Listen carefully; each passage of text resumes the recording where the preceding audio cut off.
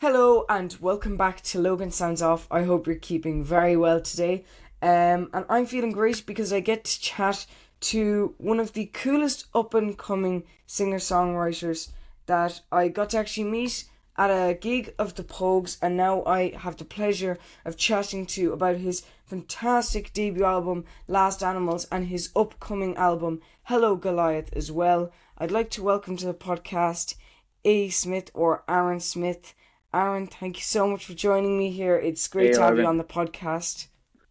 Thank you. Um, if you'd like to check out Aaron's music before we get into the conversation, please do check out all of the links down below to check out his website, his social media, as well as the new singles for the upcoming album as well. So, Aaron, before we get into our conversation, for those who don't know you, could you tell us a little bit about yourself? I am, I guess, at the heart of it, a songwriter. I'm a singer from Dublin, and I record under the name Smyth. And I record with a band of guys that I've been, I suppose, playing and recording with for the last 10, like, are we nearly 10 years playing and recording? Maybe 8 years. Maybe 8 years. The years just fly.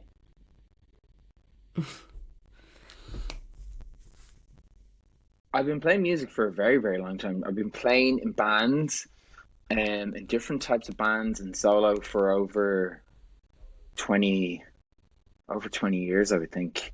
Like I've maybe, yeah, maybe like 25 years. I've probably always been playing in bands or playing solo. And before I start doing a Smith, I was in a kind of a synthy, poppy, rocky band called Van Music. Um, and we did that for nearly maybe 5, 6 years. It was really good fun. And before that, I was playing with I think I was playing solo. I was just playing with different types of bands, and it's a band called Born Days. I'm trying to even remember the names of the bands I was in. But I suppose, yeah. So yeah, I've been doing it a good while. That's really, really awesome. So, an experienced musician, and obviously, you've learned from the best of the best with some of your inspirations, including Bruce Springsteen, Neil Young, and Bob Dylan. How did they inspire your songwriting at a young age? What do you think it was about their songs and a lot of the people that you listened to that made you want to be a songwriter and that impacted you in that way? I think it's probably my parents' record collection, to be honest with you. And my mom was a really big Bruce Springsteen fan. She had like Live in '85, I think. Um, when we were small, I think it's set from like '78 to maybe '85. We kind of went through like Born to Run and Born like up to Born in the USA and Cover the River as well. So that was kind of bred into me at a very early age, at a really, really early age. Like the record player would have been on all the time. I know we spoke off camera about David Crosby. She would have been a really big Crosby, Stills, Nash and Young. My dad, when I started to kind of get serious about music, I can remember um, I was learning how to play the guitar. I would have been a teenager, and I can vividly remember this. He was like, I think it's, he's like, I think it's time. Let's go into the shed. And I thought, oh, I'm going to do some jobs, like some woodwork or whatever. But he had like a private record collection that I'd never seen, and in it was like Wow. there's loads of stuff by like Dylan, and but he had a record by the band. It was at the Last Dance. I think it was like the band's last gig where they had like Neil and Bob and loads of the loads of the rock stars in the '70s, and he was like, it was a very like I'm gonna pass the torch. It was a pass the torch moment. So a lot of that would have been playing in the house when we were kids, along with whatever like pop music was around at the time. My mum was also a really big Mary Black fan, like a huge Mary Black fan. So, Mary Wow. Black would have been on the house quite a bit. Um, yeah, she would have had that on. So maybe I suppose my love for like acoustic music or ballads, maybe some of that stuff uh, finally seeped through into I suppose, my songwriting canon, or maybe it influenced it somehow.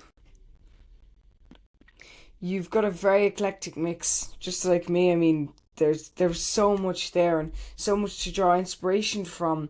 And Yeah, where you were mentioning there, you've been playing music for so long. I'm curious, like as a teenager who's big into music and I play music, and someone who sometimes plays with other people as well, outside of just playing with solo work. I was curious, when you were around my age or in your early teens, were you getting involved in the music community? Because where I live, there's not yeah. many people playing music, whereas in Dublin, I'd expect there'd be a much larger music community to get involved in. Or am I completely wrong? No, you're. I'm trying to think back. You know what? When I first started my first band, I might have been. I'm trying to think. I was maybe 15 or maybe was I 14 or 15? It was actually Dennis who plays drums on all the A Smith stuff and who does some production on the records. He was in my first band. He was in my very first Wow. band when we were teenagers. Yeah, we went to school. We all met in secondary school, and so there was three of us in the same class, and then there was another guy who lived he lived a good bit away, but he had a shed and he was allowed like put drums and guitars in there. So we used to get like it was every Sunday we would make a pilgrimage over to this guy's house. His name is Mo, and we go to Mo's house and we would rehearse songs that I would write. Um, and then we would have a tea of cheeseburgers and fries. His mom would make these incredible cheeseburgers. Oh my God, like I can't believe this all flooding back to me. But every Sunday, yeah, she would make cheeseburgers, yeah, cheeseburgers and chips. And we'd go and play for a few hours on a Sunday afternoon, have cheeseburgers, and then go back into the shed and play. But that was my first exposure to playing music, I suppose, with friends. And we did that for years. So I never really had to. I was lucky, I guess. I was exposed to it. There was people in my class, like we were really listening to like Pearl Jam at the time. We were listening to a lot of Pearl Jam and Smashing Pumpkins, a lot of grunge stuff. So we were kind of an indie grunge band. It like most of it sounded terrible. I would think, but then we had some really good songs. Then as towards the end of it, like we kind of got it together. Um, I'm trying to think back. I think we were called Sidewalk. I must text Dennis and ask him. I think we were actually called Sidewalk. There might have been another name. Um, but we did that for yeah for a good while, and yeah.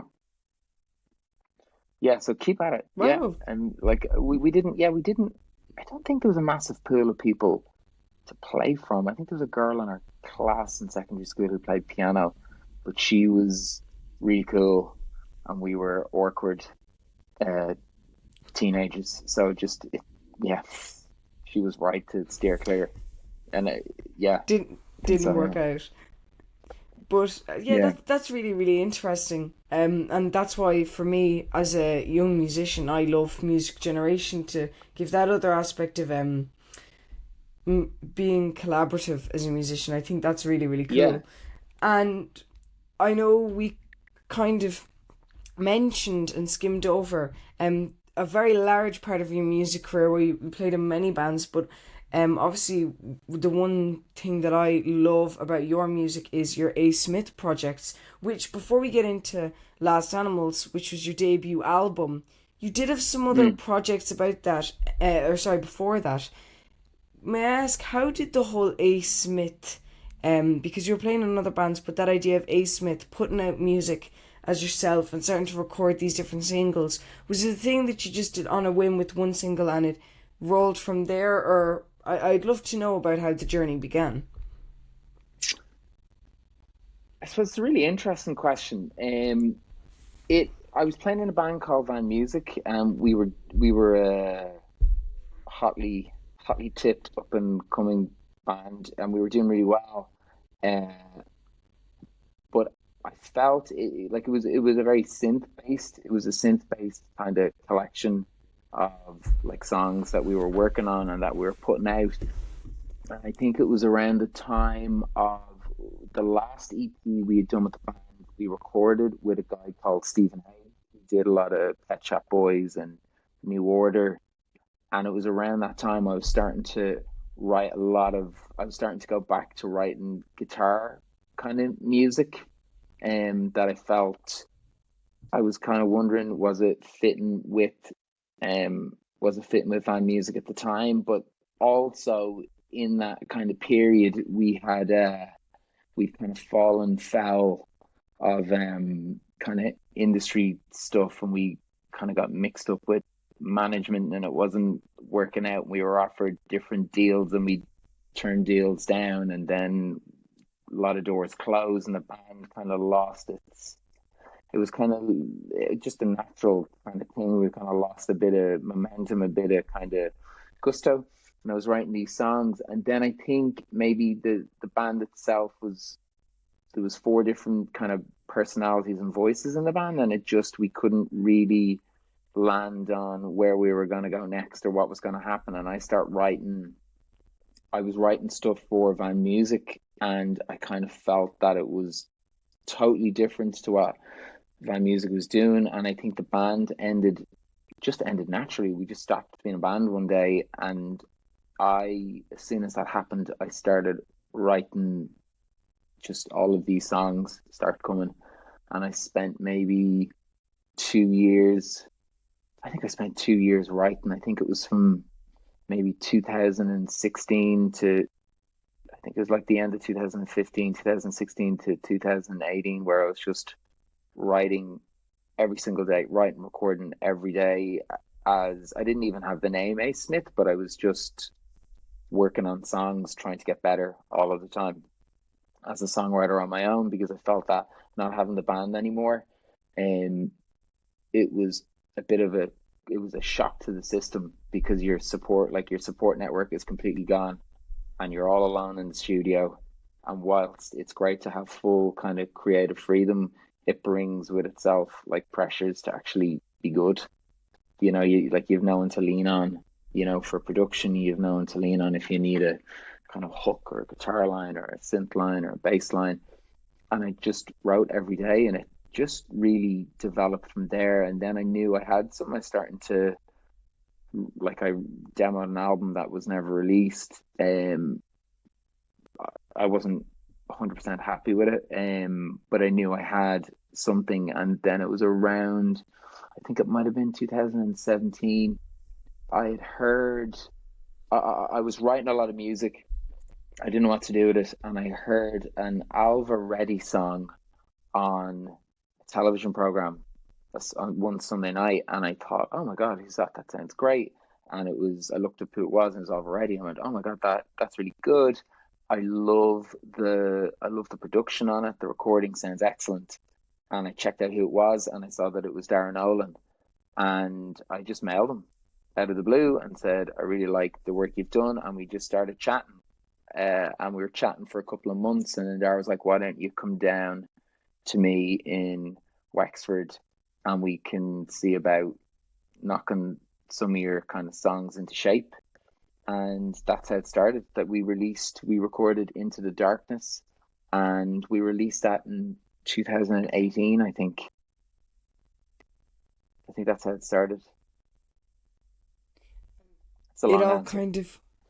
No, it's not a long answer. It's a very thorough and interesting answer. It was honestly, I love though the way a lot of musicians, especially if you're somebody like me who's really into music, you'd expect though it's a very dramatic thing, but sometimes just the humblest of beginnings bring the best of music, of just demoing Yeah, songs, trying to be creative.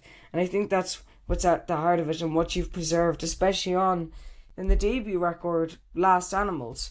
And the one thing that I do want to ask about Last Animals was, yeah, before that you'd done a lot of live performances.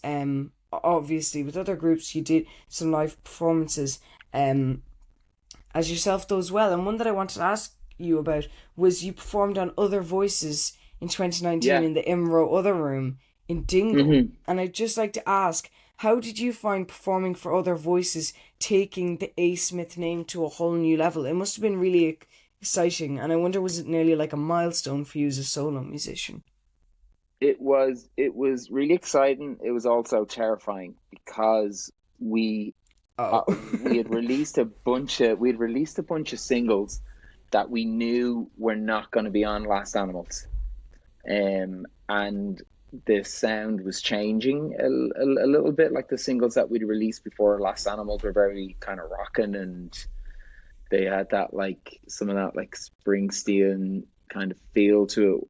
But the record we were making was more of a kind of acoustic electronic thing, and we went to Other Voices knowing that we had never played any of this material live. We'd never played any of it live, and we played one song, a Second Moon, that we released in 2018, I think. That was the only song we played that we played like a good few times live, and the rest of it was debuted for the TV. And it was very scary. Like I'd never done anything like that before, and I was kind of feeling really brave. But then on the day, about 2 hours before the performance, when we were up in makeup, I was like, "Oh God, I hope this works out." Yeah. Uh, I started to get quite nervous, but then we got through it. I'm very fortunate because I have a brilliant band. I've got a Dara Higgins playing bass, and Dennis Cassidy on drums, and those two guys have been with me for a very, very long time. So I was in the best of hands, and we were joined by Ryan Hargaden, who plays with Anamika, and Rachel Lavelle. He was in on keys, and he's just a musical savant. He can play anything he hears at once, and he can do it. So I was really lucky that I had those guys. I was probably more worried about my performance, um, which turned out to be okay in the end. So it was yeah, we got away with it. And from yeah, and then from there we had some really interesting tracks that were introduced for Last Animals, which was received incredibly well. But what I was curious about was, because of all these projects and performing live and everything, did you find it difficult to make an album, to record this entire album, or was it because you had done these many singles and that you were confident behind it, it was much easier? I'm very curious to hear how you felt recording that album. It was stressful. It was still stressful. Like we had talked. I remember talking to my manager, Lisa, about it beforehand, before we went in to record it. I think we recorded it in 2020. We had done Other Voices in December, and we were going in January to do it. And I still hadn't finished some of the arrangements on the songs. Like some of the songs still weren't done to my satisfaction. Like I was re-recording a lot. I was re-demoing stuff right up until like the day we went in to record. I was working full tilt. I still wasn't 100% happy, or I wasn't 100% sure I had the right thing. It was stressful. But I think spending so long the previous years just writing and demoing and just kind of working through stuff stood to me. Because I felt like if I just kept going, it would come together. It would come together. I kind of just believed that it was kind of now or never. Like something kind of inside me was just saying, no, it's time. You just have to, at some point, you'll have to let go.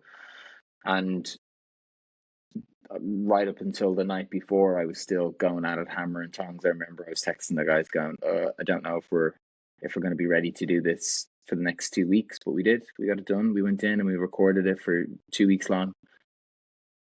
I think it was like 13 days recording, 12 or 13 days straight.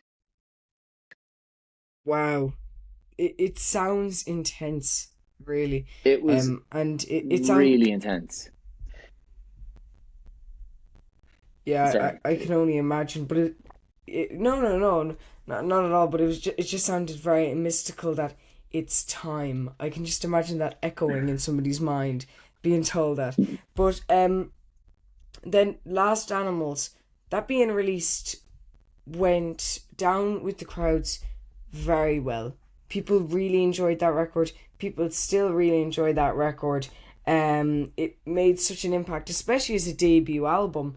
And I was wondering, for you, obviously, who's very comfortable, obviously, with making music and had made music before, how did you find reacting to your solo work,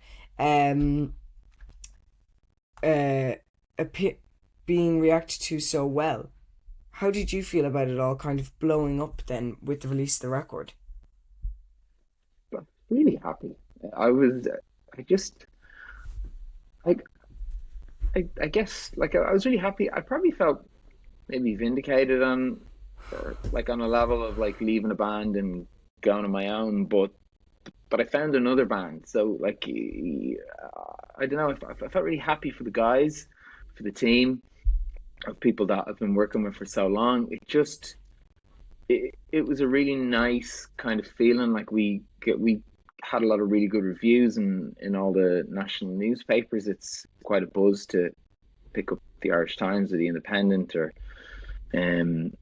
Business Post and just see seeing a really good review. Like it was reviewed critically, critically acclaimed. It was lovely. It was just really lovely. The only problem was we couldn't really play it because we were in lockdown, which was Yeah. unfortunate.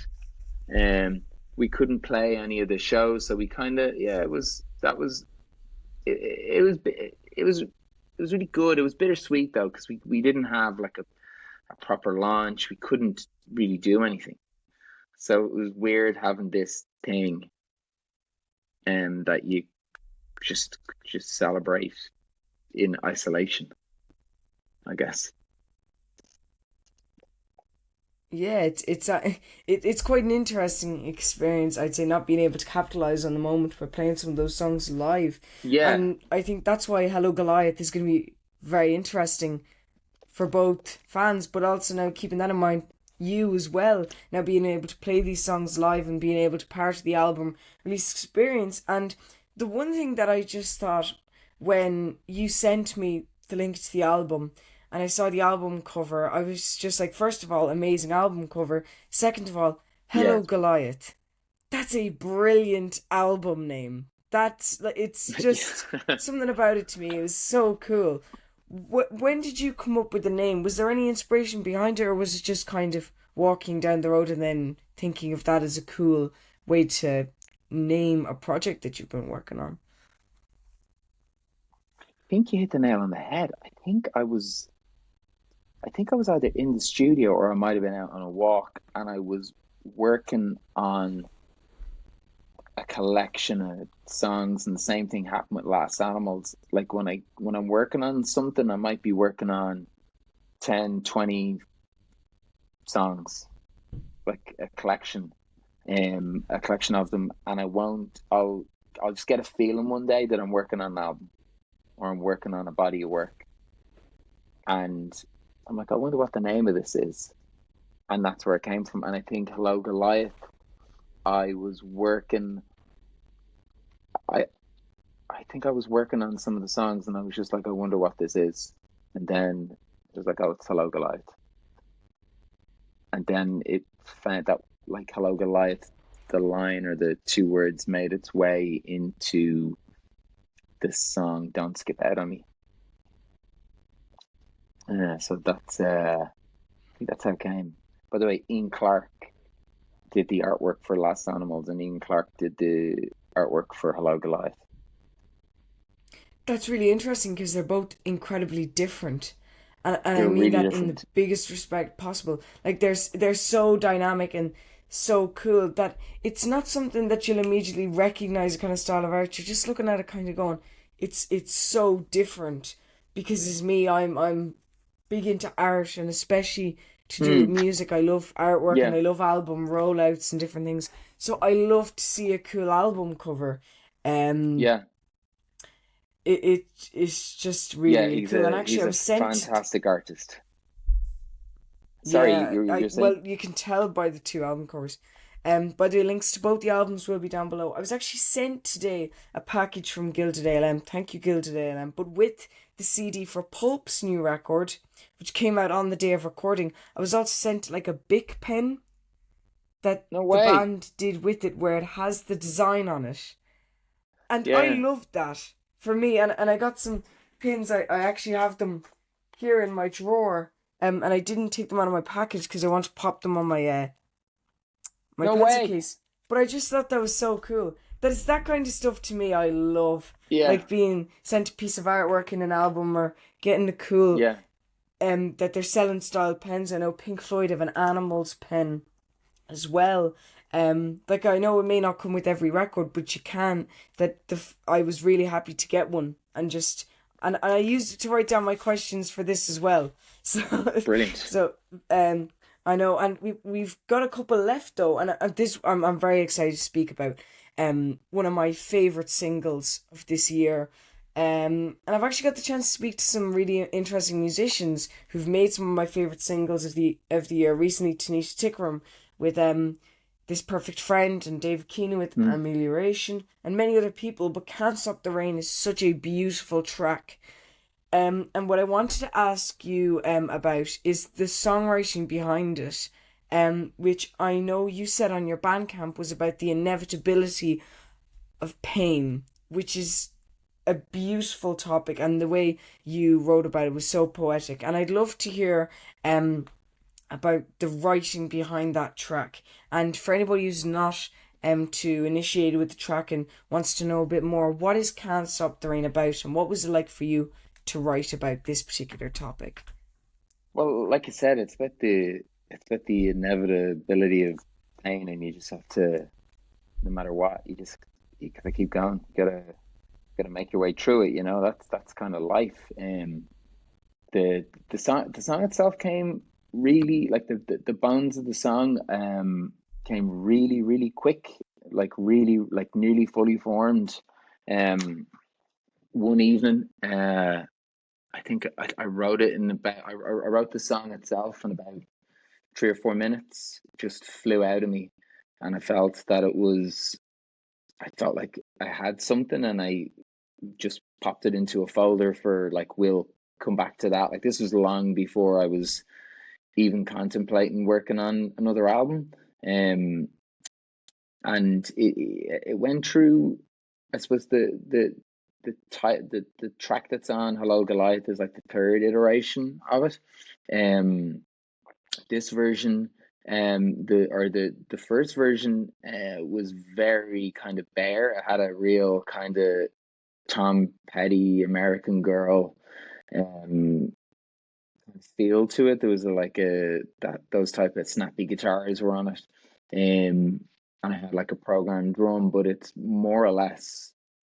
very close, I suppose, in structure. Um it's very close in structure and arrangement to the one that's on the album. It, the song itself, we very nearly kind of pulled it from the records, because I felt like it was one of the strongest going in to record. And midway through, I just kind of felt like it was probably the weakest song on the album. And I was starting to worry if we would kind of keep it and put it out. I was kind of stuck to the second iteration of it, the like kind of second version that I'd recorded over time, and I couldn't get that feeling into it. But credit to Darren Olin, he was the glue who kind of pulled the whole track together and really, really spearheaded the whole kind of recording, like took the reins when we were in studio on it. He really kind of took control when I thought that it might not make it. And I'm glad that somebody was in charge, and that we have the song. Yeah, because it's a beautiful song, and I really loved it, especially as an opening single. And then because I had heard the album after Can't Stop the Rain, and I was waiting for the next single, going, I wonder what the next one's going to be. And I went to see "And I Can Be Your Telephone." I went, uh, oh, that's a brilliant choice as well. And then I saw Houston, but I didn't remember it the same way I did. And listening back to the record, I went, oh my God, you really pulled out some great tracks off the album to put out there. Thank Now you. they're all amazing tracks across the album. I'm a big fan of the record. But you really, the way it presented, especially with these singles, was fantastic. And for you though mentioning it was a weaker track and it was hard to bring it back up, was it because of that you selected it as the first single, or was it maybe Um, that the way it was brought together you just like the presentation now? you know what, Logan? I d- when I suppose when we're in the studio and we're working on track, like we kind of have eyes on everything. Like we're kind of we'll record bits, we'll go through, we'll get them all up to a certain level. Um, we weren't really. I don't think it was earmarked for single. Maybe it was. I can't remember. But we were just the quality and the presence and the the impact we kind of I was kind of feeling it just didn't have at the time when we were pulling the songs together and the arrangements had really taken shape. Like stuff like say Wasteland, we that went in very kind of Paul Simon country kind of feeling, you know what I mean? But then it came out something completely different. Like Yeah, Ryan came in and he recorded on Wasteland. I know I'm pulling away from Can't Stop the Rain, but Ryan gave us two different piano versions for the song. Like this first take was just incredible. He didn't follow it's a beautiful any of. track. Thank you. He didn't. I was like, oh, I want to kind of feel like this and this, and Ryan just kind of went, yeah, here's what I'm gonna do, and what he did, we were just like, holy moly, it was so good. And we said, can you give us something else, just because you're here? And he gave us something else, and we were like, oh my god, oh my god. I think he ended up doing three tracks, and we were just our jaws were on the floor. And then And that it came was out such a Dara. brilliant track. Oh, it came out so good. And then Dip on bass, he came in and he played what he had, and it wasn't really working. And we were like, "What do you think?" And he's like, "Nah." And he's like, "Listen, give me a minute." And then him and Darren Nolan were chatting about maybe what the kind of song needed, and we were like, "Give us like a jazzy Paul McCartney." And he was like, "Okay, I've got it." And he just played what you hear on the bass line on Wasteland is the first kind of take. It was the first time it was ever played. Like that's how good these guys are. Like I was doing take after take, like the guitar solo on Janie. I think on Janie, You Let the Light Swim. I think I did 18 different takes. I think on the 17th or 18th take, I finally nailed it. Those guys just came in and just played like incredibly well. So, like when this kind of stuff was happening, like the songs just went up. Like they were just these guys were elevating them so high. And then when we came back to Can't Stop the Rain, we were like, "There's not enough color on it. What is kind of like what's not work?" I don't know. We just felt like it wasn't working, and maybe we were so taken with everything else. But Dara really, from a production end of things, really hammered it home and glued it together. And yeah, he just did a great job. And even Dennis with the drums, he went. We just went back to the drawing board on it, and he just played with such precision and like vibrancy that it just I don't know, something happened. I had nothing to do with it, thank God. But the guys really nailed it. That's really, really cool. And I have to say, with Wasteland, I was listening to that, and I'm going to be completely honest, when I first heard it, the vocals, because they're the first thing that I heard, I went, I didn't cue anything up after this. So because I was confused going, that doesn't sound like Aaron. Your vocals are so different on that track, but in a super cool way. I was just like, what? It was so different to Can't Stop the Rain. The change up there from track one to track two. But I was listening to track two and it had this bit of a country influence. I was going like going from Can't Stop It's Train to this, I was kind of going, this truly is a insanely good album if it's changing genre to genre.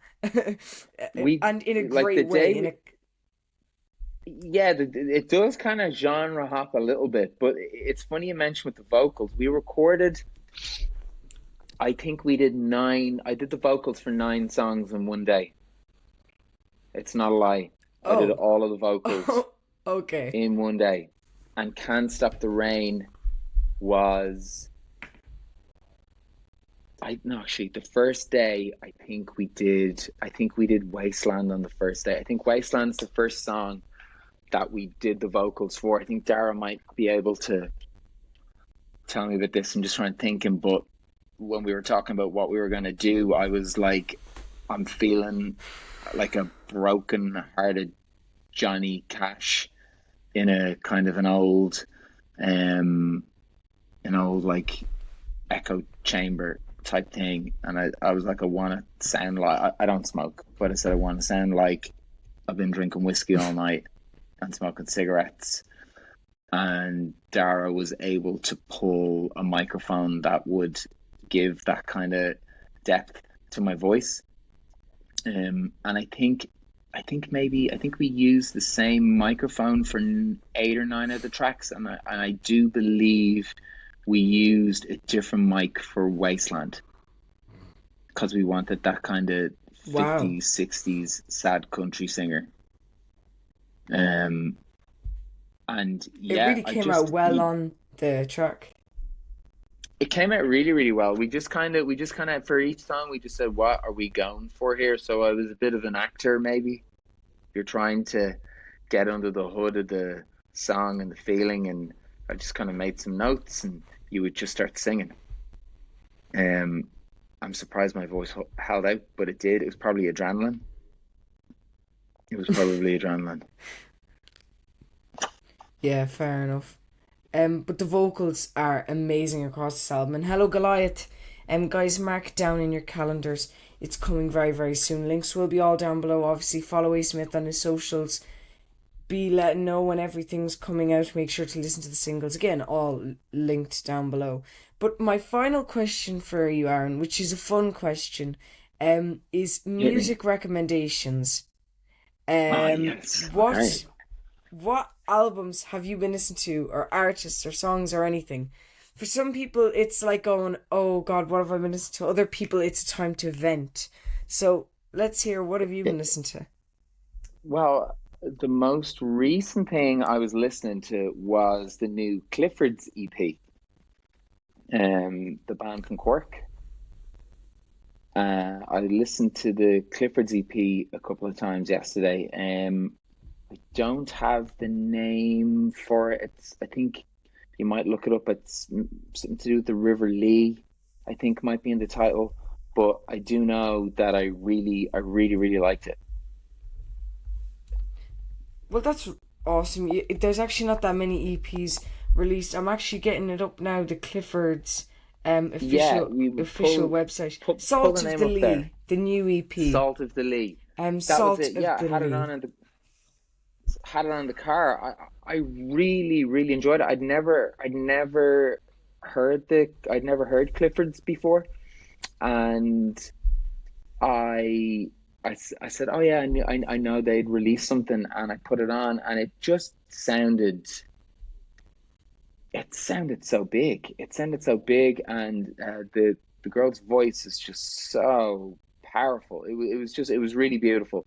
It was really beautiful. I felt they used different chords maybe that I and like lyrically it really did the job for me. And they use like some of the kind of the chords they use in their changes. It's like stuff I'd never think of you. I just found it really interesting, and it sounded like big band, and it carried a lot of heft. And yeah, they're definitely a group that I'm going to keep an eye out for.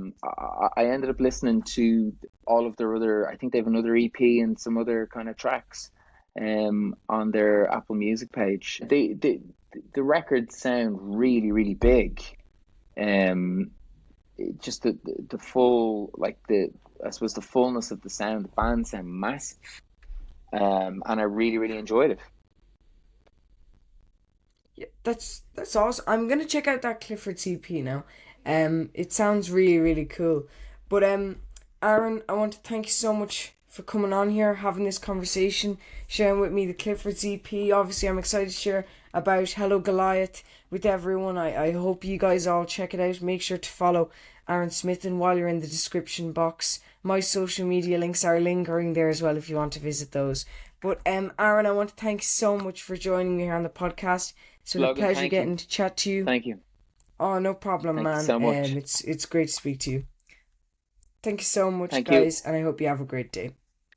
Bye bye.